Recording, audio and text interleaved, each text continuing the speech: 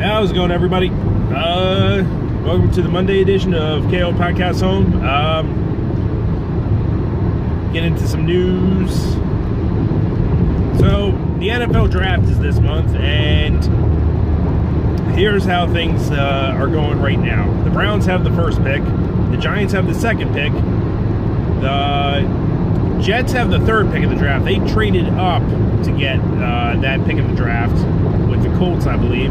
The Browns have the fourth pick of the draft, and I think Denver has the fifth pick in the draft. So, a little bit of it heads up. This is a quarterback, I don't know, rich. I mean, the draft class that had Eli Manning, Ben Roethlisberger, and Phillip Rivers was pretty good, because I think there was like 2 or 3 other quarterbacks taken in that draft. Meanwhile, you have 3 Hall of Famers in the 3 names I just mentioned. So this year, the Giants are in the twilight of Eli's years, so they might take a quarterback or they may not take a quarterback. The Browns definitely, they need a quarterback for real. They have a talented team. They have a young, talented team. I don't know to what extent they are talented. I do know that they were 0-16 last year, and they were 1-15 the year before. So you can't lose that many games in 2 years and be super talented. So they were a young team. They didn't have that much of a veteran presence. So the Browns are poised to be really good this year if they get their shit together. And I think they'll, if you told them 8-8 right now with the chance to make the playoffs, they'd take it in a heartbeat. I can't even tell you the last time the Browns had even like not even a winning season, but like a 500 season. It's got to be like maybe I think they've been to the playoffs maybe once in, I don't know, 15 years or so. All right, so then no one really cares about that much of the draft afterwards. It's who goes first, who gets the quarterbacks. That's the question that comes around with the draft. Unless your team is picking the top 10, no one really cares, because from positions 10 through 32 or whatever, it's no one cares, because the last pick of the first round is the Super Bowl winner, and what the hell do they need to pick for? So Jets need a quarterback, Browns need a quarterback. Denver, I think, needs a quarterback. I'm not entirely sure. The only reason why that is important is if the Giants or, say, Denver decide we don't need a quarterback, but we have a pick that can get someone else a quarterback, set the price. Because I want to say the Jets swapped the first round picks, promised another first round pick, and it was like, or not, maybe it was 3 2s, or it was like 1 and 3 2s. It was like 4 or 5 picks altogether that got swapped. The Giants, for the second pick of the draft, could get more. A lot more. And the Giants, like, in terms of figuring out what they have to do, they could trade Odell Beckham Jr. And I'm not saying they want to trade Odell Beckham Jr. The guy is a production factory, but he's a headache, and no one knows like how serious that they're taking, like the owners and the GM and the coach saying like they're tired of his antics, because the guy is definitely good on the field. It's just that like off the field and maturity issues have shown up. I mean, If they had won the game, them going out on the vote wouldn't have made a difference. But they lost, and Odell played like shit that day. He dropped about 2 or 3 passes in the Green Bay game in the playoffs, and can't do that. I mean, like, they showed Victor Cruz the door and were like cold as hell about it. So I started a diet, and it's a potato diet, so I'm a little tired right now. Like, I have a baked potato as the first snack, and then I'll have like a mashed potato as the second snack. And like, I had like the baked potato at Wendy's, and I had the mashed potato at KFC without gravy or anything like that. And like, I know a lot of diets say don't do carbs, but the way diets work is you can't, like, there's 3 sources of energy: fat, carbs, and sugar. Automatically do not do sugar. That's like every diet. Like, if you cut out sugar, you'll lose weight, like, for the most part. Carbs, you can't do carbs and fats. It's got to be either just carbs or it's got to be just fats, and it's got to be a certain kind of carb, because you have to it's got to be like not breads. Like, you can do carbs, but you can't do breads. So we're gonna see how this works. I'm gonna like let you guys know because I weigh like something like 245 right now, and like I'm gonna like do this for. I'm gonna still eat regular dinners, but like in terms of regular dinners, if it's pizza, then like I'll get a salad. Like, I'm not fucking myself up on dieting if I can have a choice about it. So if I'm eating by myself, I'll have a baked potato. It's as simple as just throw it in the oven. Just fucking boring. I can tell already. So anyway, the draft. I don't know. I find it interesting just because it's the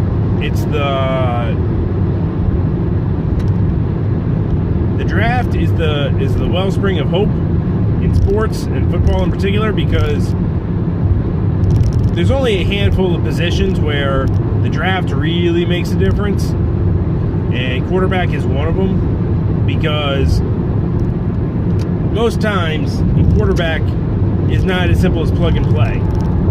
It takes time, it takes effort, and it takes a matching up of skills and needs and all that. And the first round of the draft in general is always batshit crazy, because you have teams that'll reach because they think a guy is better than he actually is, or teams will like hit it big and they'll get the super player for a deal. Like, I'm trying to think. Tom Brady, for example, just to give you an idea, was the 6th round or 5th round draft pick. So he got an opportunity to play. It turned out he was really good in Belichick's system, and they're in the Super Bowl every other year. They've won 5 times. So I think they won 5 times. Anyway, the draft really does help if teams get it right. But it's also interesting because of the busts. Jamarcus Russell, Johnny Manziel, and Johnny Manziel, like, was drafted by the Browns at, I want to say, like 18 or 20 something.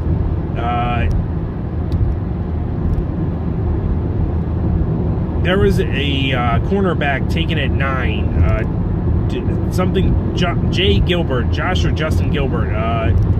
Justin Gilbert owes Johnny Manziel like a box of candies for life as a thank you for like an edible arrangement should be sent to Johnny Manziel from Gilbert, because the Browns really lost out on that first pick, as opposed to Manziel, who they did trade up for, but I don't know how much. I think it was like a swap, and they got a second or they got a third. But like Manziel on draft night wanted to get drafted in the first round, so he texted his quarterback's coach, who was the quarterback's coach at the Browns. It was like, let's wreck this league, and then they draft him, and they did not put him in a position to succeed. They got a splash name. They had Brian Hoyer, who was like at that point their most winningest quarterback of all time, but he was coming off a bad knee surgery, and like they didn't do it right. It's as simple as that. Manziel, if he had been smart, he would have like not been drafted, or been drafted in the second or third round, and maybe he would have gotten on a team that would have done him better. So, but Manziel is in the news today. That's why I'm thinking about it. He's been in the news a lot. Like the NFL failed quarterback cycle is sort of like the coaching cycle, in that you can fail once and they'll bring you back because someone will think, oh, I can fix him. Manziel was known partier, known Las Vegas guy, or I shouldn't say Las Vegas guy, but instead of getting treatment one time, he went to Vegas with a wig on and said his name was Billy. So Manziel might he's playing spring football right now, threw a touchdown, so Manziel might make it back into the NFL. And I want to say this because if Manziel could do it in like 3 or 4 years, I think Colin Kaepernick could do it in about 5 or 6, just because Colin Kaepernick has to prove that he can still play football. Manziel, he had to take some time. He had to at least give the appearance that he's getting himself together, and then he's maybe going to play in the CFL, maybe whatever. But 14 teams came to see him when he went to the Texas A&M Pro Day. 13 or 14 teams. That's a lot that are willing to give him a chance. Because you don't go there if you've outright said no. Kaepernick, his issue isn't so much that, like, he's already demonstrated that he can play, but he was coming off of like a less than stellar couple of years. Whatever injury that he had, and he got fixed or whatever, like that really took him out the last couple of years. But his protest,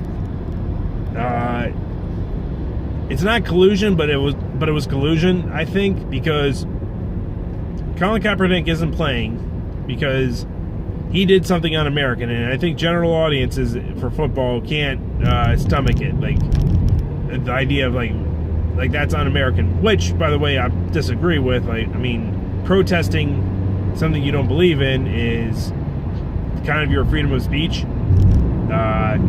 It's just that everyone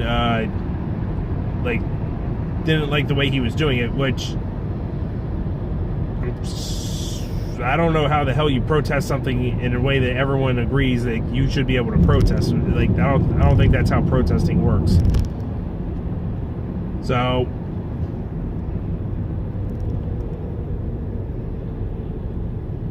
Kaepernick, I think if he could prove that he could play at a high level, and maybe not while Trump's in office, but I don't know, who knows. I know that like the majority of the people anymore don't want to see anyone kneeling for the anthem, so we're gonna find out this year how that goes.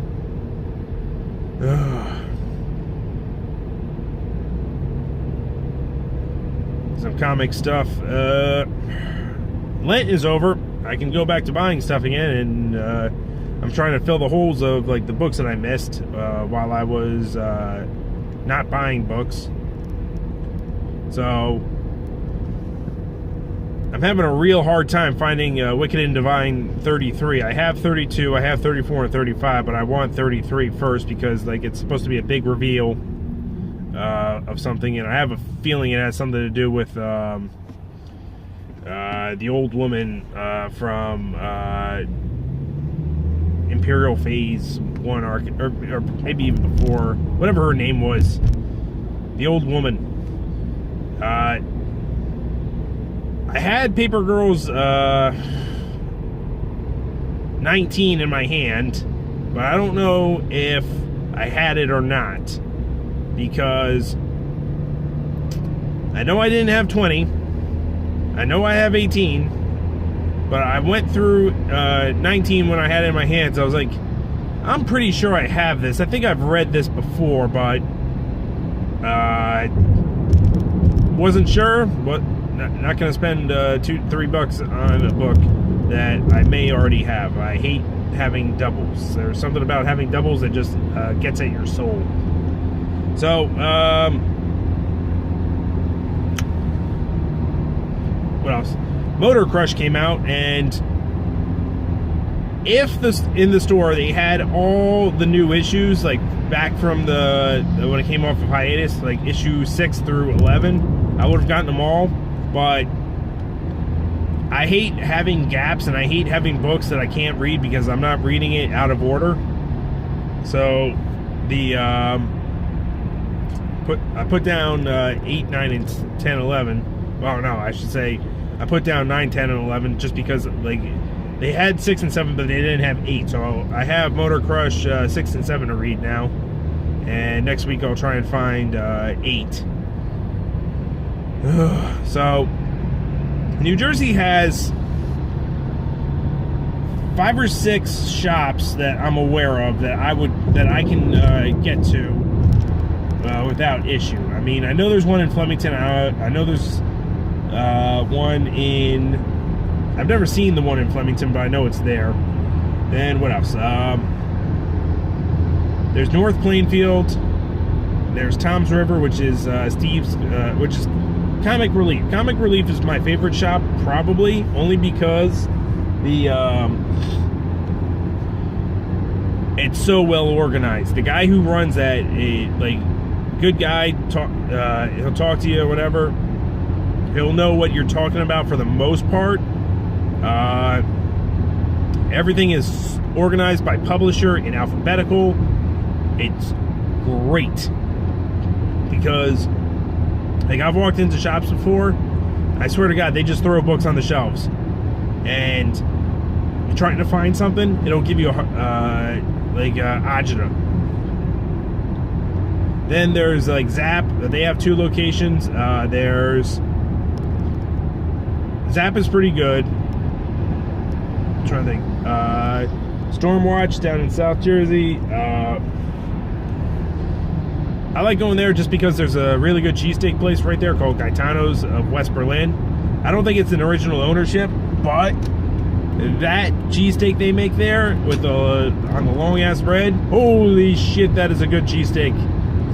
There's something about anywhere near Philadelphia, the Cherry Hill side of things, that area, they make cheesesteaks for real. They know how to do them.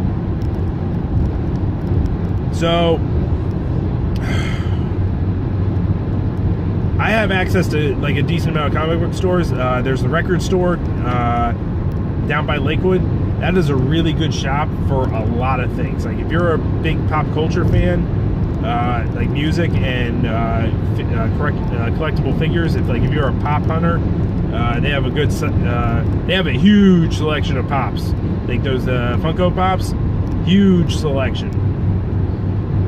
CDs, vinyl, toys. They got a lot of stuff, and it's like well organized. So New Jersey has a lot of and that's not even counting like the city, because like New York City has Midtown Comics, and they have a whole bunch of other shops that are, but it depends on how far you're willing to go. And besides, like, you can buy stuff online now that are, but here's the thing, here's my personal belief about buying something online.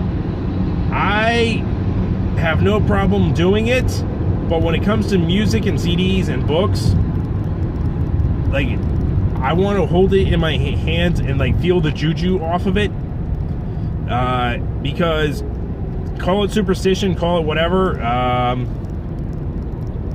when I put a CD in my car, like, I want, like, I'm not grabbing the first one on the rack. I'm not grabbing the closest one to me. I am going through the number of CDs that are there, and I am, like, feng shuiing my way to pick one. So, probably sounds ridiculous, but that's how I do things. All right, goals. I should start talking some goals. I uploaded the Reaper video to YouTube, just the raw footage of it, and watching it again, I realized, like, I should have stayed on camera more. I wish I had done that, but I had to move. That Reaper is a full body pain. Full body pain, that's what it is. Like, the heat emanates from your mouth, and like, you start hiccuping, and you start, like, feeling it, you start sweating, you start feeling cold. Like, I had to move around. So I have the majority of the footage for that one section done. So once I get the stuff before that shot, I can get a haircut. So be rocking a fade or rocking something. I don't know. It's like getting warm out enough that, like, I can just buzz my hair. So the goal this week is to shoot some stuff for Project Heat, and then I'm working on that Facebook group of comics, and just like having people that are like, that have had stuff accepted into publishers before, like, just say, hey, don't do this, don't use generic verbs. I was like, okay, I'll do that. And then need to get some more stuff done on whatever happened to Shield Lad. I need to get that done. Like, this is all the first draft, and I'm not looking forward to editing it, because I'm probably going to want to rewrite and add to and expand a whole bunch of things, but it's the first draft. Get it done, get it fixed. The sooner the better.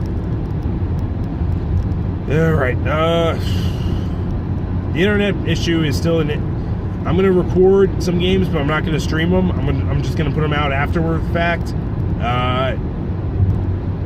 The problem I'm running into is that if the phone rings, like, everything cuts out, and